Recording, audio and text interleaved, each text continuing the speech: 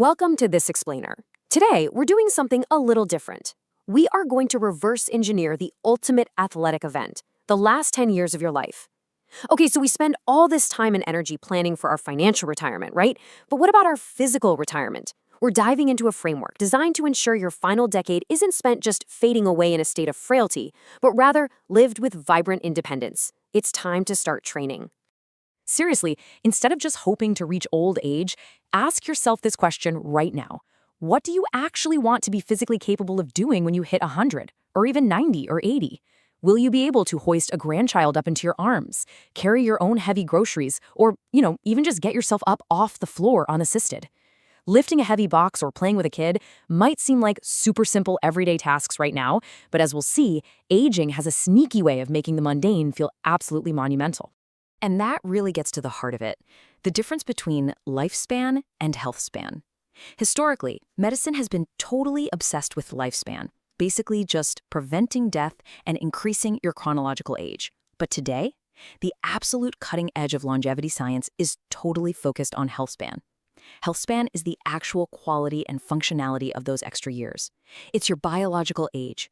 Ultimately, it's the difference between spending your last decade confined to a hospital bed versus being out there hiking your favorite trail. Section 1. The Centenarian Decathlon. This paradigm-shifting concept was developed by longevity physician Dr. Peter Attia, and it completely flips the script on how we should be exercising right now. We aren't talking about Olympic feats here.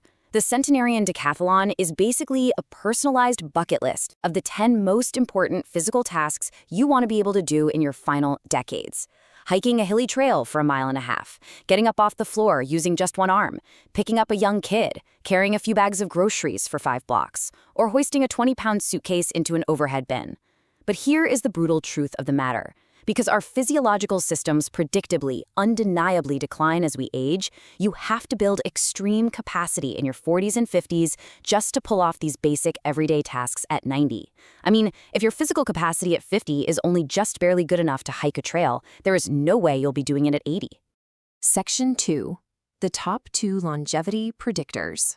So how do we track our progress for this decathlon? Well, we need a baseline. So we look at 2 highly validated predictors. Predictor number 1, VO2 max. This is the maximum rate at which your muscles can extract oxygen from your blood and put it to metabolic use to generate energy. In plain English, it measures your absolute peak cardiorespiratory fitness. And Dr. Attia notes that this is arguably the single most powerful independent marker for longevity that we can actually measure without running invasive tests. And guys, the data backing this up is absolutely staggering. 70 to 80%. Landmark epidemiological data shows that simply moving your VO2 max from the bottom 25th percentile up to the middle of the pack, the 50th or 75th percentile, is associated with a massive 70 to 80% reduction in all-cause mortality. That is huge. So if you're in your 40s, your goal should be targeting a VO2 max in the top 25th percentile for your age and sex group. You need to build up enough of a buffer for the inevitable decline of aging. Predictor number 2 is muscle mass and strength, which is our primary shield against sarcopenia. Sarcopenia is just a fancy word for age-related muscle loss. Think of it like being stuck on a really steep downward escalator. After you hit 30, you just naturally lose 3 to 5% of your muscle mass every single decade if you aren't actively resistance training. And wow, does this process accelerate sharply after age 60. This escalator leads straight down to frailty, falls, and the loss of your independence. To figure out where we stand with our overall musculoskeletal integrity, longevity medicine often looks at grip strength. I know, just squeezing a hand dynamometer sounds almost too simple, right? But it acts as a literal canary in the coal mine for your health. Studies from the UK Biobank, which looked at 500,000 people, show that every 5-kilogram decrease in your grip strength is linked to a 16% higher risk of all-cause mortality. It's essentially a proxy for your overall muscle mass, the quality of your connective tissue, and your neurological efficiency. Section 3. The 4 training pillars. Okay, knowing what we're up against, how do we actually fight back? To combat this steep decline, Dr. Attia's exercise framework is built entirely on 4 distinct physical pillars. You need stability, that's the foundation, to prevent injury and safely transfer force. You need strength to maintain that muscle mass and bone density so you can physically carry the loads of daily life. You need zone 2 aerobic training, this is your low-intensity, steady-state cardio, to build up a massive aerobic base and metabolic efficiency.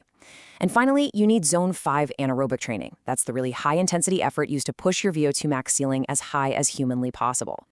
I absolutely love this analogy. Think of your strength training as a longevity savings account.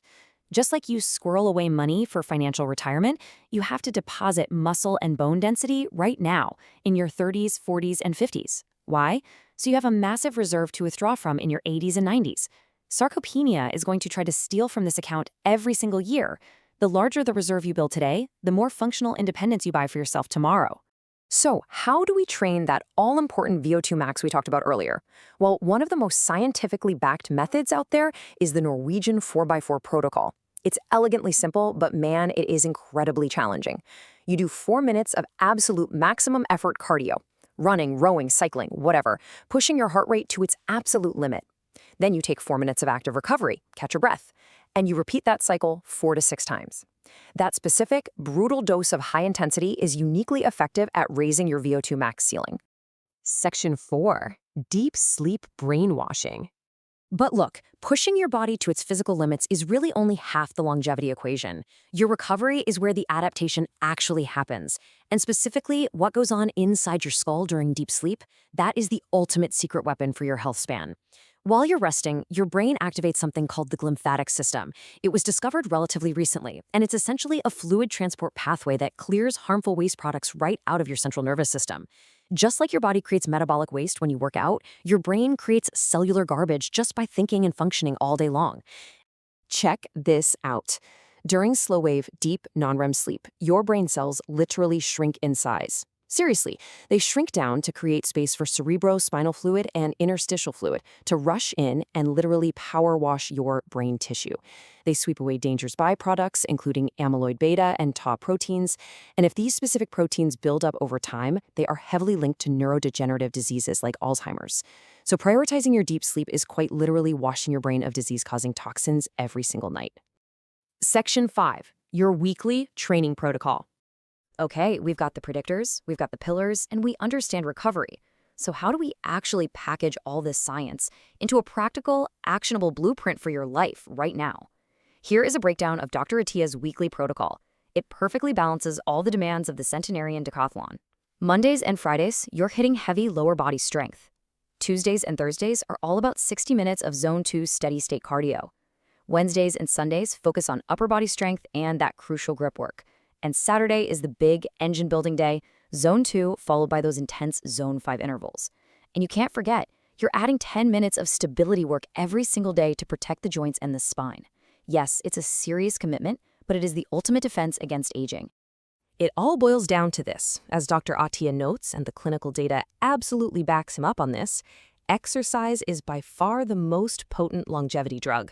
No isolated supplement, no fad diet, no trendy biohack can even come close to the health span extending, disease-preventing benefits of structured, rigorous exercise. It is quite literally the single most potent tool we have. You are guaranteed to face the physical trials of aging. The clock is ticking, and the Centenarian Decathlon is coming for you whether you sign up for it or not. So I leave you with this final thought to chew on. What steps will you take today to ensure you cross that final finish line with strength, dignity, and true independence? Thanks for hanging out with me for this explainer. Get out there and start building that longevity savings account today.